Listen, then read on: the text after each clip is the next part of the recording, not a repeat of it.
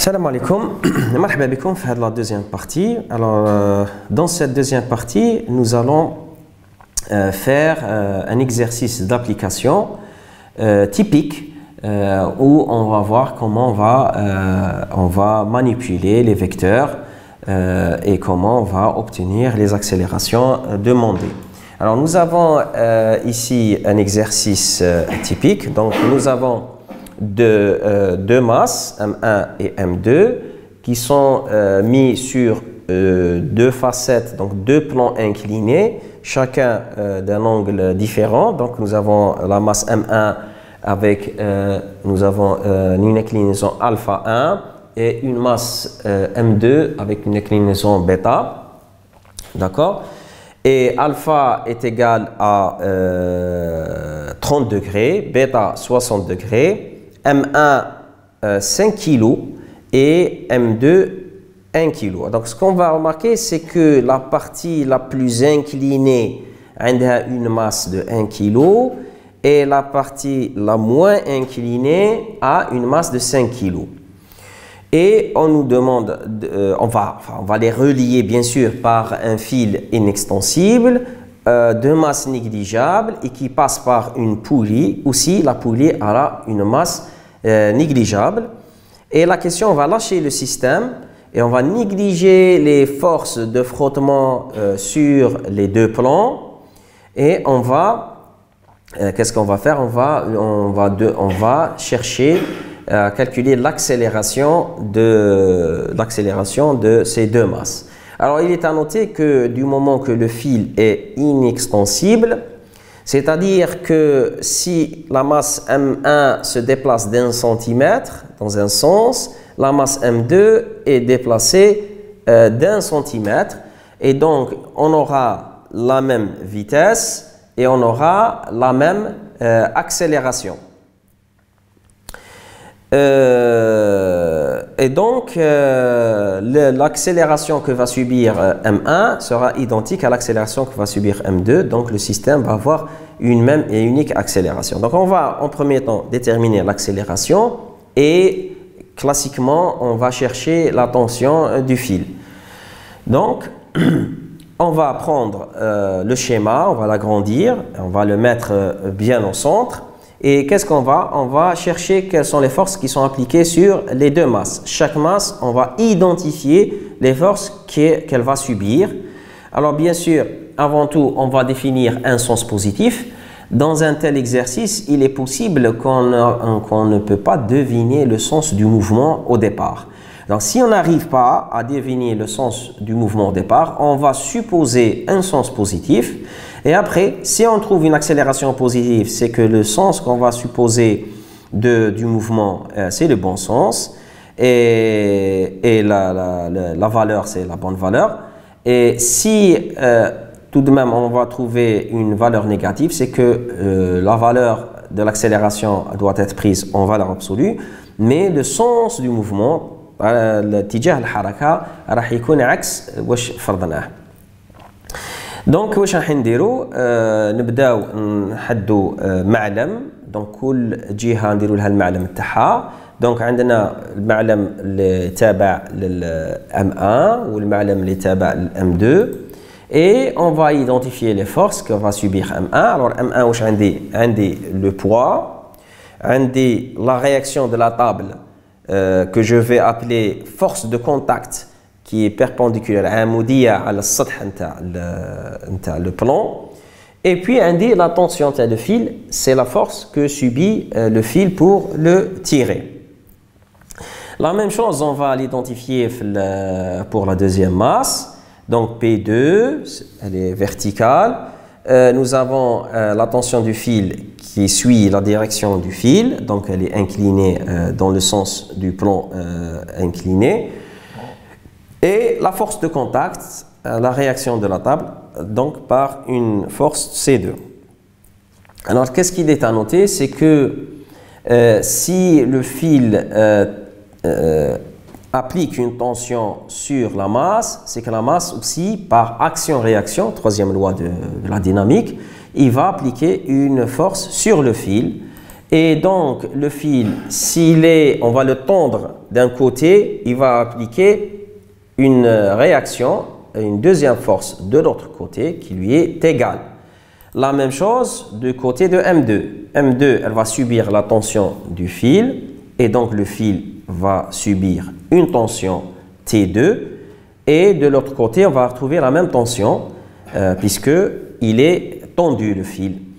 Et donc, autour de la poulie, nous avons le côté de M2 qui tire avec une tension T2 et le côté de M1 tire avec une tension T1.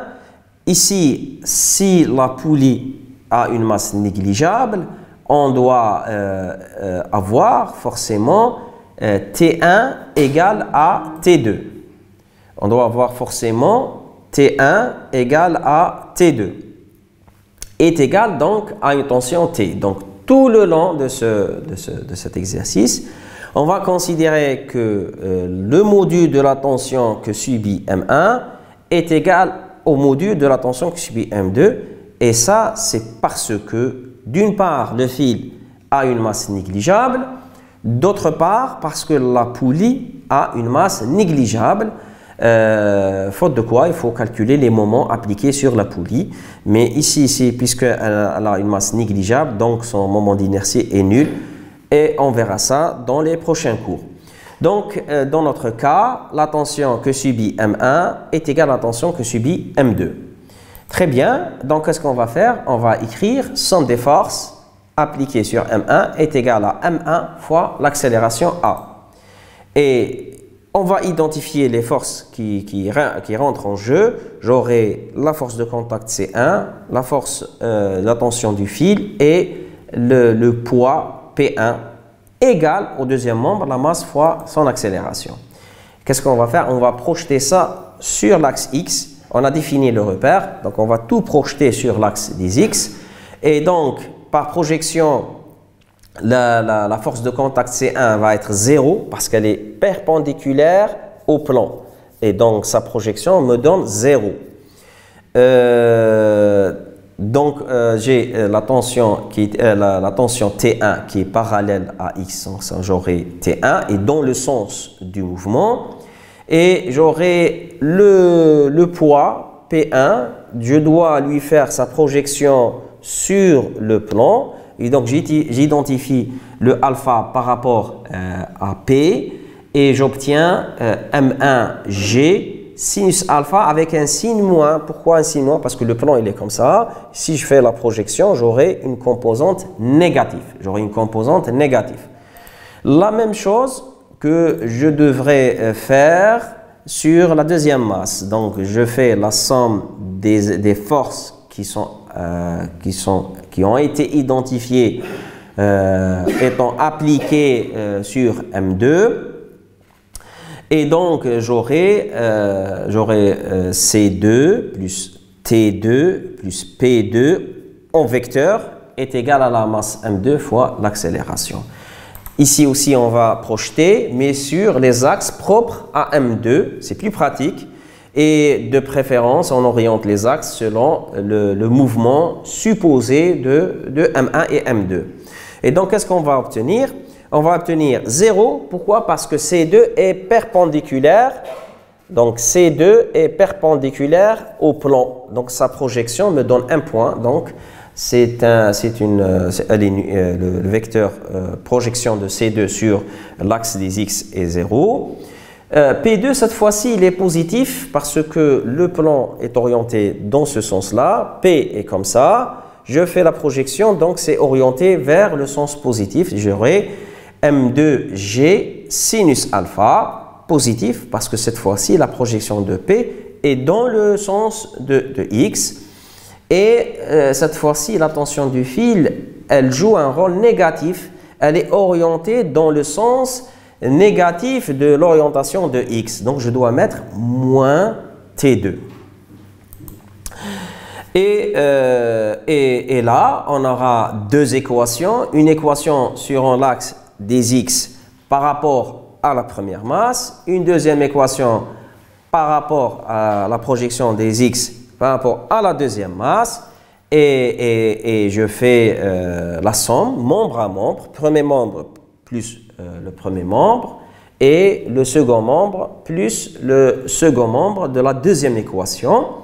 Et j'aurai donc les deux équations qui sont ici. M2G sinus bêta moins T, parce que dans la masse 2, T était négatif, moins M1G sinus alpha plus T égale M1A plus M2A. Et comme on a déterminé que en fait la tension du fil T1 est égale à la tension fil T2, ils ont le même module, on a vu les raisons pourquoi ils ont le même module, je pourrais écrire que T1 est égal à T, T2 est égal à T, donc je simplifie moins T avec T, je me suis débarrassé de la tension du fil, et là j'obtiens l'équation de A.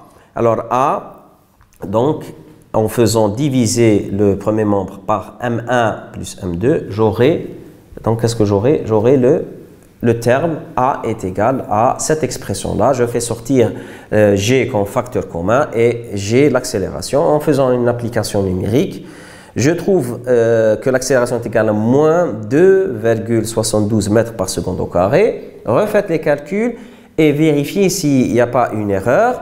Et là, je me rends compte que en fait, l'accélération, elle est négative. L'accélération, elle est négative, donc ce n'est pas faux. C'est juste que le sens que j'ai choisi, ce n'est pas le sens du mouvement réellement. Si je fais l'expérience, je vais me rendre compte que en fait, c'est M1 qui va prendre le dessus et qui va, donc ça va être déplacé par, tracté par M1. Et donc, je vais dire que en fait, notre accélération, elle vaut 2,72 mètres par seconde et le mouvement dans le sens contraire de ce qu'il a été proposé. Alors, dans la deuxième question, on a besoin de calculer les tensions. Donc, je peux reprendre, une fois j'ai calculé l'accélération, je reprends les équations de l'une des deux équations, je remplace l'accélération et je tire la tension du fil. Ici, je trouve la tension du fil, que ce soit de la première ou la deuxième équation, je vais trouver la même valeur. Ici, je trouve une expression de la tension du fil qui est égale à ça. Et donc, j'obtiens pour moi 11,38 newtons comme valeur de la tension du fil. Refaites les calculs. Peut-être qu'il y a eu une erreur de calcul. Refaites et vérifiez si vous trouvez la même valeur. Et faites-moi savoir. Il y a un autre moyen, c'est peut-être dans certains cas, on vous demande d'exprimer la tension du fil en fonction des données de l'exercice, c'est-à-dire en fonction des masses, M1, M2, des angles alpha, bêta et bien sûr de la gravité G. Et donc, je vais réécrire les équations de sorte que cette fois-ci, au lieu d'éliminer la tension, je vais essayer de simplifier, de trouver un moyen d'éliminer l'accélération dans l'expression des deux équations. Par exemple, je fais un rapport, premier membre sur premier membre et deuxième membre sur deuxième membre. L'accélération va se simplifier, par exemple. Et enfin, j'aboutis à une expression, une expression de T, en fonction des données M1, M2 et alpha, bêta, que je trouve égal à ça. Vous pouvez refaire les calculs et essayer de vous exercer afin de retrouver cette expression en fonction déjà des données de l'exercice. Alors sur ce, on arrive à la fin de cette deuxième partie du cours. Je vous remercie pour votre attention.